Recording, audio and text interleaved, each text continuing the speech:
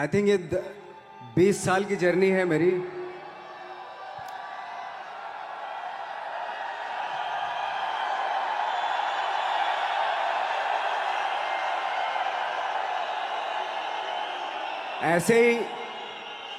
ऐसे जब 20 साल पहले मैं खड़ा हुआ था ऐसे किसी ऑफिस में जाके, तो मुझसे पूछा गया था कि क्या है। किसी डायरेक्टर के असिस्टेंट ने पूछा था क्या है। मैंने कहा एक्टर हैं। बोले दिखने से तो लगते नहीं हो एक्टर हो। तो क्या होता था कि इंडस्ट्री में हमेशा ये चलन था कि एक्टर हीरो जो होता है वो 6 फुट का होता है और गोरा होता है और लंबा चौड़ा बल्ले छल्ले होते हैं। मतलब हम तो बस ऐसे ही चले गए थे, ऐसा ऐसा ऐसा समझता था वो। और शिप्रा, मैं ये आपको यकीन दिलाना चाहता हूँ इस चीज़ का कि मेरे खुद के रिश्तेदारों ने भी, जब मैंने उनसे इच्छा जाहिर की कि मैं एक्टर बनना चाहता हूँ, तो उन्होंने भी मुझे डीमोरलाइज किया कि पहले शक्ल तो देख ले अपनी। क्योंकि 5 फुट का छोटा पतला दुबला सा आदमी, काला कलूटा, मुझे खुद को पता नहीं था कि इंडस्ट्री में मेरा क्या हाल होगा। बट एक जिद थी, और हजारों लाखों, मतलब सालों साल से इंडस्ट्री में सिर्फ यही चलन था कि एक्टर तो, हीरो तो जो है ऐसा होता है। लेकिन सब ऑड सिचुएशंस के बावजूद भी गए। लेकिन एक चीज़ मेरे दिमाग में थी कि जो सब कर रहे हैं वो नहीं करना है, तो अलग क्या करूं, अलग क्या होना चाहिए। उसके लिए ट्रेनिंग की ज़रूरत थी, जो मैंने नेशनल स्कूल ऑफ ड्रामा में आके ट्रेनिंग ली। 3 साल मैंने एक्टिंग की पढ़ाई की वहाँ पे, और अपनी एक क्राफ्ट के बारे में समझा कि एक्चुअली इस पर्सनैलिटी में अगर मैं लोगों को इम्प्रेस करना चाहता हूँ, उसके लिए एजुकेशन की बहुत ज़रूरत है। या जो भी आप काम कर रहे हो उसमें क्राफ्ट, उसका एक्सपर्ट होना बहुत ज़रूरी होता है। ऐसे ही हवा में नहीं कि जैसे पहले होता था, अरे यार तो बहुत खूबसूरत दिखता, फिल्मों में जाके काम करना शुरू कर दे। ऐसा नहीं, किसी चीज़ को बारीकी से जानना, उसके लिए ट्रेनिंग की, एक्सपर्ट्स की, एक्सपीरियंस की ज़रूरत होती है। तो मैंने ट्रेनिंग ली नेशनल स्कूल ऑफ ड्रामा से, और 2000 में मैं पहुंच गया मुंबई। मुंबई पहुंचने के बाद जब हम किसी ऑफिस में जाते थे, आई थिंक उससे पहले चलन नहीं था बिल्कुल भी। हम लोग गए, जैसे मैंने बताया कि ऑफिस में खड़े हो के, भाई हम एक्टर हैं, काम दोगे क्या। तो बोले पहले हुलिया तो देख अपना तू। तो ये हर बार सुनने के लिए मिलता था, और वो बात भी सही थी, क्योंकि उससे पहले कभी कोई आपने देखा नहीं होगा कोई इतना बड़ा, कोई इतनी सी पर्सनैलिटी का 5 फुट 6 इंच का आदमी, पतला दुबला सा मरियल सा, कि कभी ये इस तरह के लोग एक्टर भी बन सकते हैं, हीरो भी बन सकते हैं, स्टार भी बन सकते हैं। ऐसा चलन था ही नहीं। मैं कॉन्फिडेंट था बिकॉज ऑफ माई ट्रेनिंग। मैंने ट्रेनिंग ली थी और अपनी क्राफ्ट के बारे में बहुत अच्छे से जानता था मैं, और उस चीज़ का सिर्फ कॉन्फिडेंस था मुझे कि आज नहीं तो कल, कल नहीं तो परसों, या 10 साल या 20 साल या 30 साल के बाद नंबर जरूर आएगा मेरा। मैंने कभी भी अपने को टारगेट नहीं दिया मैंने कि अगर 2 साल ट्राई करके देखता हूं, उसमें अगर हो गया तो ठीक है, वरना कोई दूसरा फील्ड अपना लूंगा। ऐसा कभी नहीं। जिस चीज का पैशन होता है, जज्बा होता है, अगर आप दिल से चाह लो ना, तो पूरी दुनिया झुक जाती है उसके ऊपर। उसको पूरा करने के लिए पूरी कायनात एक हो जाती है कि इस आदमी की जिद के लिए, इस आदमी की जिद के आगे झुकना पड़ेगा, और पूरी दुनिया झुकती है आपकी जिद के आगे। लेकिन आपको जिद्दी होना पड़ता है, आपको बहुत सारे सेक्रीफाइस भी करने पड़ते हैं, क्योंकि ये आपने चाहा है। परीक्षा देनी पड़ती है आपको, जितना बड़ा इम्तहान होगा उतनी बड़ी परीक्षा भी देनी पड़ेगी। आसान काम नहीं है। छोटे छोटे टारगेट बनाएंगे तो छोटों में निपटारा हो जाएगा। हमेशा अपने आप को टारगेट बढ़ा दो। तो उसके लिए हमेशा अपने आप को अनकंफर्ट जोन में डालो, कि जो इम्पॉसिबल है उसको पॉसिबल करने की शिद्दत, पैशन आपके अंदर होना चाहिए, वो हो जाता है। आज जो दुनिया में इतने सारे एक्सपेरिमेंट हुए हैं, ये सिर्फ इसी बिना पे हुए हैं, पागलपन के जरिए ही हुए हैं ये सारे एक्सपेरिमेंट। एक एक मैंने कहीं सुना था कि जब आप एक्सपेरिमेंट करते हैं तो फेलियर भी होते हैं, कई बार फेलियर होते हैं। कोई एक एक्सपेरिमेंट करने के लिए, कोई एक चीज़ करने के लिए बहुत बार हमने भी झेला है, बहुत बार फेलियर हुए हम लोग। लेकिन एटलीस्ट हमें इतने सारे फेलियर होने से इतने तरीके पता चले कि इन तरीकों से सक्सेस नहीं मिल सकती। फॉर एग्जाम्पल, एडिसन ने जब बल्ब का आविष्कार किया तो 100 बार एक्सपेरिमेंट किए अपनी ज़िंदगी में। 100 बार एक्सपेरिमेंट करने के बाद जब उसको पता चला कि अरे फॉर्मूला तो ये था बल्ब बनाने का, तो एटलीस्ट उसको ये, उसके साथ साथ उसको ये भी पता चला कि 100 जो तरीके हैं, 100 तरीकों से बल्ब नहीं बनता, ये भी पता चला उन फेलियर्स में उसको।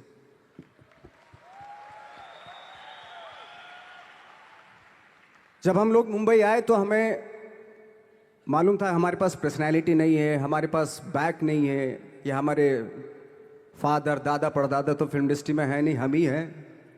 तो हमें क्या करना चाहिए? इसलिए लोगों के बीच में घुसे रहते थे, आम लोगों के बीच में घुसे रहते थे, उनका एक्सपीरियंस सुनते थे, उनको ऑब्जर्व करते थे। तो आई थिंक मेरे पास 15 साल तक, 10-12 साल तक कोई काम नहीं था। जैसे आपने बताया कि बहुत ही 10-10 सेकंड के रोल करके घर में आके बैठ जाता, पूरे साल खाली बैठे रहते थे हम लोग। लेकिन एक चीज थी कि लोगों के बीच में रहते थे। लोगों के बीच में रहने से ये एहसास हुआ हमें कि तरह तरह के लोग हैं, लेकिन हमारी इंडस्ट्री में सिर्फ एक ही तरह की एक्टिंग होती है। हजारों करोड़ों लोग हैं इस दुनिया में, लेकिन एक्टिंग सिर्फ एक ही तरीके से होती है हमारे यहाँ। तो मुझे लगा यार, ये मैं तो ट्रेन भी हूँ, मुझसे अपनी आर्ट भी आती है, और हजारों लोगों को मैं ऑब्जर्व भी कर रहा हूँ, तो ये तो सबसे अच्छा सूत्र है। ये इससे तो मैं बहुत कुछ कर जाऊंगा। तो जब ये सूत्र पता चला मुझे कि अब मैं ये जो हजारों लोगों को मैंने ऑब्जर्व किया है, अब जब भी मुझे कोई रोल मिलेगा उन्हीं में से वो एक इंसान होगा। उसी में वो ठाकरे, बाला साहब ठाकरे होंगे, उसी में मंटो होगा, उसी में गणेश गायतोंडे होगा, उसी में फैजल खान होगा, उसी में माजूमदार साहब होंगे। तो इस तरह के, ये कब हुआ? जब हमने लोगों को ऑब्जर्व करना शुरू किया, लोगों के बीच में रहे। मैं 15 साल के बाद जो मेरी लाइफ थी, जिसमें खाने तक को नहीं मिलता था, अब फॉर्चुनेट अपने आप को समझने लगा था कि थैंक गॉड कि मुझे ऐसे ऐसे लोगों के बीच में मुझे रहने का मौका मिला। तो कभी भी, आई थिंक मुझे लगता है कि कभी भी जब आप स्ट्रगल कर रहे होते हैं ना, वो एक मौका होता है आपके पास, वो एक चांस होता है आपके पास कि कैसे उसमें आप अपना ऑब्जर्वेशन, एक्सपीरियंस, जब आपको काम मिलेगा वो उसमें लगाएंगे आप। तो मेरी लाइफ बहुत ही, आज जब मैं सोचता हूं कि यार ये तो बहुत ही अच्छा हुआ, तो जो 15, 10, 12 साल मैंने बिना काम के गुजारे, जो लोगों के बीच में रहा था मैं, आज वो काम आ रहा है मेरे। जहां जरा सा कोई कैरेक्टर मिलता है तो आदमी इसलिए कनेक्ट करता है उनसे कि उनको लगता है कि यार ये तो मेरे पड़ोस का ही, आसपास का ही ये बंदा है। मैंने देखे हैं इस तरह के लोग। आई थिंक यही हमारी सबसे बड़ी जीत है एज एन एक्टर।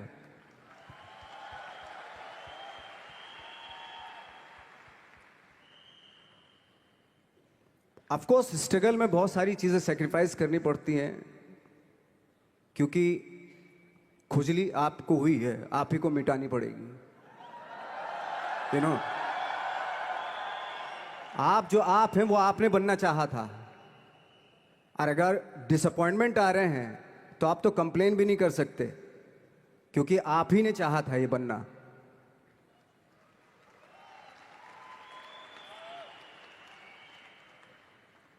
तो बस यही था कि 10-12 साल तक मैंने सोचा था, 10-12 साल जब स्ट्रगल हो गए तो मेरे बहुत ज़्यादा वो भी हुआ कि यार छोड़ के चले जाते हैं, कुछ काम मिल नहीं रहा है, क्या हो रहा है, कुछ पता नहीं, आई डोंट नो मिल पाएगा या नहीं मिल पाएगा। फिर ये होता था कि नहीं, मेरी मदर जो है ना, एक लेटर लिखती थी मुझे हमेशा। तब मोबाइल नहीं आए थे, पेजर आए थे, तो पेजर यहाँ पे लगा के चलते थे हम लोग। जब उनको मालूम हो जाता था कि भाई बंदा जो है ना थोड़ा सा फ्रस्ट्रेशन में है, डिप्रेशन में है क्योंकि काम नहीं मिल रहा, तो मेरी माँ मुझे एक लेटर लिखती थी, उस पर लिखती थी कि लिखने के बाद एक लास्ट में लिखती थी कि 12 साल में कचरे के दिन भी बदलते हैं, तू तो इंसान है, तेरा दिन भी बदलेगा। तो उन सब चीज़ों को देख के कोई एक शेर, कोई एक कोटेशन, कोई इस तरह की जो मोटिवेट करती हैं जो लाइंस आपको, उनका रहना, उन पे बिलीव करना बहुत ज़रूरी होता है, क्योंकि वही चीज़ आपको मोटिवेट करती हैं आगे बढ़ाने के लिए। और जब ख़राब वक्त होता है आपको, वो लाइंस, वो पोएम्स, वो सारी चीज़ें आपको संबल देती हैं, मजबूती देती हैं, ताकत देती हैं। और मैं जिस गांव से आया था, डिस्ट्रिक्ट मुजफ्फरनगर के एक छोटा सा गांव था बुढ़ाना, जब हमने शुरुआत की थी वहां पे, जब मैं था वहां पे लाइट भी नहीं थी। 1 घंटे के लिए रात में कभी आ गई, या 1 महीने के बाद हल्का सा मुंह दिखा के चली गई, इस तरह की लाइट इस तरह होती थी। वही लैंप में पढ़ना स्टार्ट किया, लैंप। तो छोटे से गांव से आने के बावजूद फिर दिल्ली मतलब छोटा सा, उससे बड़ा शहर भी हमें ऐसा लगता था पता नहीं क्या है, मतलब डर लगता था। मैं जब मुंबई में आया था तो मैं 15 दिन तो घर से बाहर ही नहीं निकला था, क्योंकि इतनी स्पीड देख रहा था मैं कि इतनी स्पीड में तो हम चल ही नहीं पाएंगे, इस शहर के साथ शायद हम कनेक्ट नहीं कर पाएंगे बिल्कुल भी। तो इस तरह के डर थे। लेकिन ऐसी जगह पे आ गए थे कि अब जाना भी मुश्किल था। तो मतलब वापस नहीं जा सकते थे, वापस इसलिए नहीं जा सकते थे कि बहुत सारे डर थे। वापस अगर चले गए तो थिएटर के जो मेरे दोस्त थे वो बोलते, क्यों भाई वापस आ गए तुम भी, जैसे बहुत सारे लोग वापस आ रहे थे तुम भी वापस आ गए, चलो लग जाओ ठीक है। गांव में इसलिए नहीं जाता था अपने कि जो पहले ही बोलते थे वो लोग कि शक्ल तो देख ले, फिर हार के उनके सामने चला गया तो क्या बोलेंगे वो तो वही बोलेंगे कि हमने तो पहले मना किया था कि मत जाओ, क्या सूरज शक्ल थोड़ा ही थी तुम्हारी स्टार बनने की, एक्टर बनने की।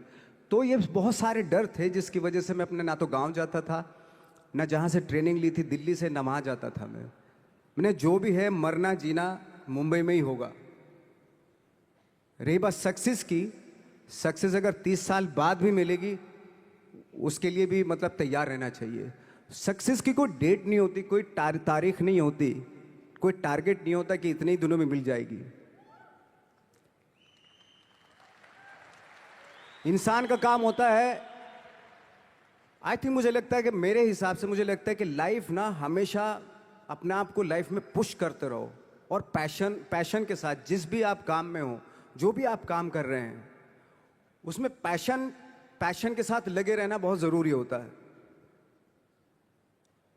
क्योंकि पैशन से क्या होता है, जिस भी आप फील्ड में होते हैं उसकी डिटेलिंग्स मिलनी शुरू होती है। जैसे जब आप समंदर में देखते हैं, समंदर की जब गोता मारते हैं, नीचे जाते हैं, तो आपको एक धीरे धीरे बहुत कुछ दिखाई देना शुरू। ऐसी आपका भी फील्ड है, कोई भी हर फील्ड ऐसा ही होता है, उसमें असीम संभावनाएं होती हैं, इतनी पॉसिबिलिटीज होती हैं कि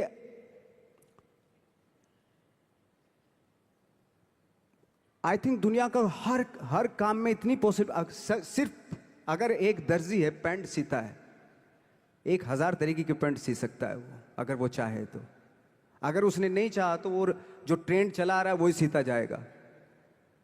लेकिन अगर उसने चाह लिया कि मैं ऐसा कुछ करता हूं, तो 1000 तरीके की पैंट उसी में 1000 तरीके की सी देगा वो पैंट। ऐसे हर फील्ड में पॉसिबिलिटीज बहुत होती हैं, और एक परफेक्शन होता है। फॉर एग्जाम्पल जैसे हम लोगों ने ट्रेनिंग इसलिए ली कि परफेक्शन आ जाए अपने काम में।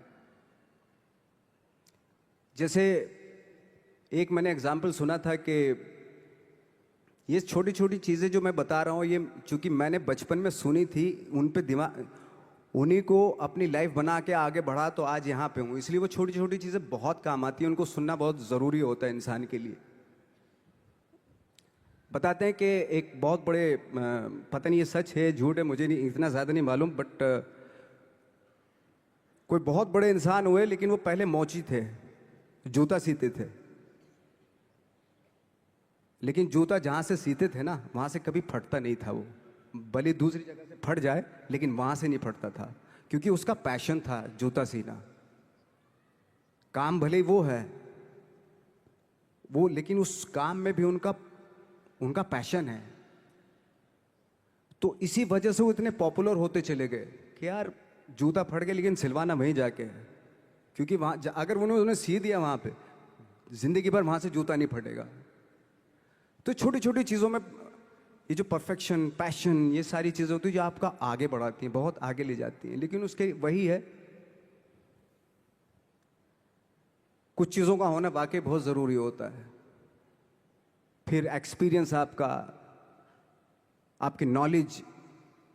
जैसे मेरा मानना है कि मैं कभी, मैं आई एम सॉरी टू से, बट मेरा खुद का मानना है कि मैं लक पे बिलीव नहीं करता हूँ। मेरे सामने आज तक मेरे सामने लकीली कोई चीज़ नहीं हुई कि मैं लकीली यहाँ तक पहुँच गया। आज जो आप प्रोमो देख रहे थे, जो क्लिपिंग्स देख रहे थे मेरी, मैं लकीली नहीं पहुँचा हूँ यहाँ पे। मैंने उसके लिए मेहनत की है, मैंने उसके लिए नॉलेज इकट्ठी की है, मैंने उसके लिए ट्रेनिंग ली है। अगर लक पे डिपेंड करता ना मैं, तो अपने एक रूम में रहता, देखते हैं यार लक जब होगा तो हो जाएगा, ऐसे थोड़े ना होता है। बाला साहब ठाकरे का जब मैंने रोल किया तो वो लकीली नहीं हो गया। उसके लिए 1 महीना में पहले हारमोनियम पे बैठा मैं कि बाला साहब कहाँ से बोलते हैं, उनका सुर क्या है, उनका टेक्सचर क्या है, उनकी वॉइस का, उनकी वॉक कैसे है, वो चलते कैसे हैं, उनका वेट किस चीज़ पर ज़्यादा डिपेंड करता है। हर आदमी का जो वेट होता है, किसी का थाइज पे होता है, किसी का फुट पे होता है, किसी का बट पे होता है वेट, किसी का कमर पे होता है। हर आदमी का एक वेट शिफ्ट करने का एक अलग तरीका होता है। तो हम लोग इतनी डिटेल में जाते थे कि बाड़ा साहब किन चीज़ों पे वेट कर रख के चलते हैं, ऐसे चलते हैं, कोई या तो ऐसे चलते हैं या ऐसे चलते हैं, ये इस तरह की बहुत सारी डिटेल होती हैं। जब आप जाते हैं तो बहुत सारी चीज़ें पता चलते हैं। मेरे सामने इतने चैलेंज थे जब मैं बाड़ा साहब का रोल कर रहा था, तो वो मिमिक्री भी नहीं होनी चाहिए, कॉपी भी ना हो। जैसे अमूमन अक्सर होता है जब हमारे यहाँ बायोग्राफी की जाती है तो हम कॉपी कर देते हैं उसकी। कॉपी करना मतलब अगर हम किसी की कॉपी कर रहे हैं या मिमिक्री कर रहे हैं तो वो वीकनेस समझी जाती है कि आप वीक एक्टर हो। और ये बात मुझे बहुत पहले समझ में आ गई थी जब मैं ट्रेनिंग ले रहा था। मैं ट्रेनिंग के फ़ायदे बता रहा हूँ आपको। जब मैं ट्रेनिंग ले रहा था ये हमें तभी समझ में आ गया था। और प्रिपरेशन के वक्त, बाला साहब की प्रिपरेशन के टाइम पे, कि मैंने कि इसकी मिमिक्री नहीं होनी, बाला साहब की मिमिक्री नहीं होनी चाहिए, ना कॉपी होनी चाहिए, और लगना भी चाहिए कि बाला साहब ठाकरे हैं।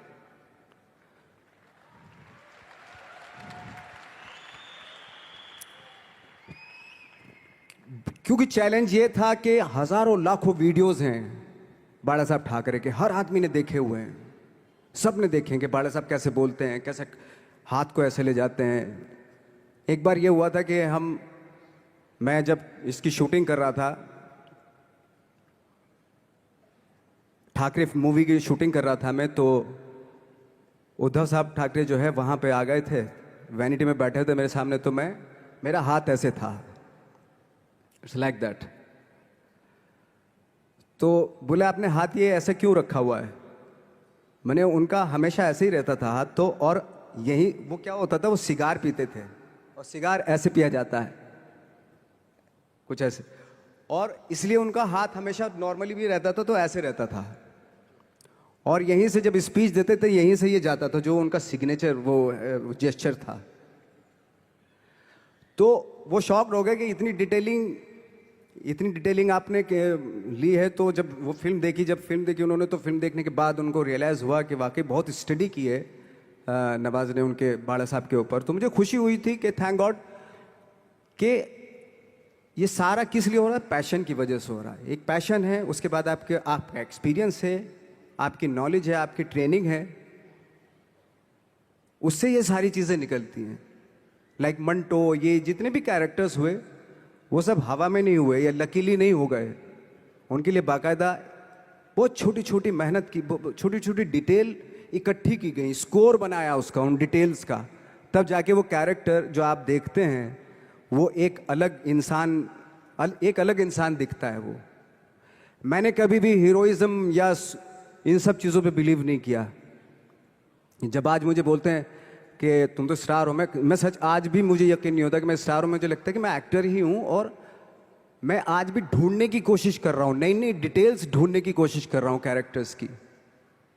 स्टार्स का क्या होता है कि जब स्टार होता है एक जैसा होता है, और 30-40 साल तक एक जैसा करता चला जाता है वो।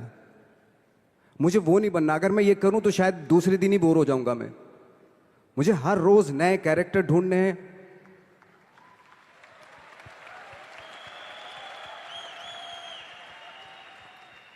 लोगों के बीच में रहना है, क्योंकि लोगों ये बीच में रहने से बहुत सारी चीजें मिलती हैं। मैंने एक रोल किया था लंच बॉक्स में, पता नहीं कितने लोगों ने देखी वो फिल्म, मुझे नहीं मालूम।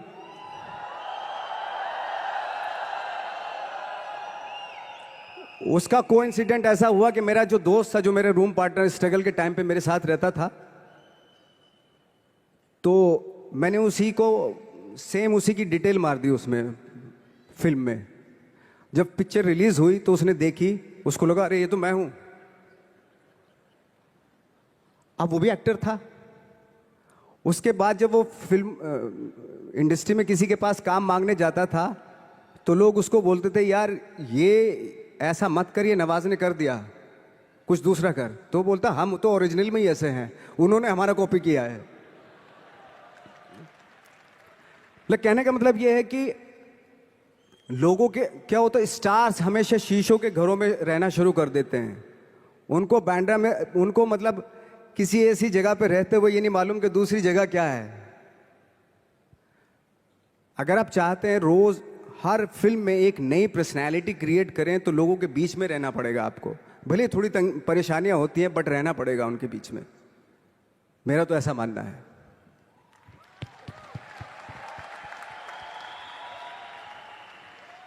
नवाज, आप बहुत छोटे से शहर से हैं, डिस्ट्रिक्ट मुजफ्फरनगर। यहाँ पे बहुत सारे लोग ऐसे बैठे हैं जो बहुत सारी सिटीज़ से हैं, actually major cities like Delhi, Bangalore, Hyderabad, Pune, Chennai, Nepal. और इन सब चीज़ों के बीच में बड़े शहरों की बहुत सारी फैसिलिटीज़ हैं, बहुत सारे आराम हैं। जबकि आपके शहर या जिस शहर से मैं हूँ, जहाँ पे एजुकेशन भी नहीं मिलती है, जहाँ पे खाना पीना, जैसे आपने बोला बिजली, कोई भरोसा नहीं होता कब आएगी, जाना तो नॉर्मल है। हाँ, तो वहाँ पे उस छोटे से शहर में रह के एक परिवार में जहाँ पे कभी किसी ने एक्टिंग के बारे में दूर दूर तक नहीं सोचा था, और आप 8 भाई बहन हैं, सबके साथ रह के परिवार में परिवार का चीज़ करने की जगह एक अलग से ये जो थॉट आया था अलग से कि मैं एक्टिंग करूँगा, और वो भी काफ़ी दिन बाद, जब आपने जॉब भी कर ली उसके बाद, तो जब वो थॉट आया तो परिवार ने आपको सपोर्ट किया। और अगर रिश्तेदारों ने, जैसे आपने बोला कि कहा, तो आपके दिमाग में उस समय क्या चलता था? मेरे दिमाग में ये तो नहीं आया था कि मुझे एक्टर बनना है, बट इतना ज़रूर था कि कुछ तो नया करना है। क्या करूँगा मुझे नहीं आइडिया था। जो सब लोग करते हैं, जो वो नहीं, कुछ अलग करना है मुझे। लेकिन मुझे ये नहीं मालूम था कि मुझे एक्टिंग करनी है। और इसीलिए मुझे लगता है आज जब मैं सोचता हूँ कि अगर मैं किसी भी फील्ड में होता, एक्टिंग के अलावा किसी भी फील्ड में होता, तो मैं एक्सपेरिमेंटल ज़रूर होता। क्योंकि मुझे आदत थी कि मुझे जो ट्रेंड चल रहा है उसके अगेंस्ट, मैं बहुत ही रिबेलियस था, रिबेलियस किस्म का इंसान हूँ मैं, आज भी हूँ, रहूँगा। क्योंकि मुझे अच्छा लगता है जो ट्रेंड चल रहा होता है उसके अगेंस्ट कुछ काम करना, चाहे मुझे अच्छा लगता है वो। क्योंकि क्या है ना कि जो चलन चल रहा है, आई थिंक उसको बहुत आसान है उस चलन के साथ चलना। उसके अगेंस्ट चलना, उसके लिए सालों लग जाते हैं। बीच बीच में आपको ये भी लगता है कि यार शायद पॉसिबल नहीं है, लेकिन जब पॉसिबल होता है ना, तो तब बड़ा अच्छा लगता है। तब ये जैसे आज मुझे फील हो रहा है ना, तब